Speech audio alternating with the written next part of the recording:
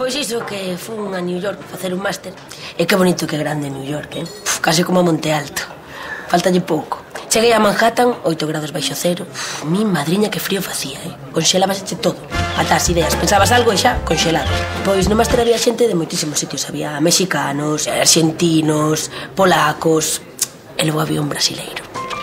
Pero non era o típico brasileiro estes de samba ou fútbol, non. Este era un brasileiro de samba e fútbol a un tempo.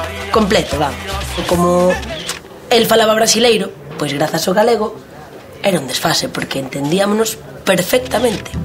E parábamos moito nun bar da Quinta Avenida, esquina coa Rúa 49, porque ali, non sei, será por aforrar, non lle poñen nome ás rúas, poñenlles números e xa está. Pois ali pasábamos horas, falábamos moitísimo, tamén íamos bailar, paseábamos por New York. Dixen por New York. Que por New York? Vale, xa está mellor. E moito máis non facíamos. Bueno, vale, se cadra algunha cousiña máis e que dixemos. Sabedes que vos digo? Que co galego chegas a todo o mundo. Probade e xa veredes.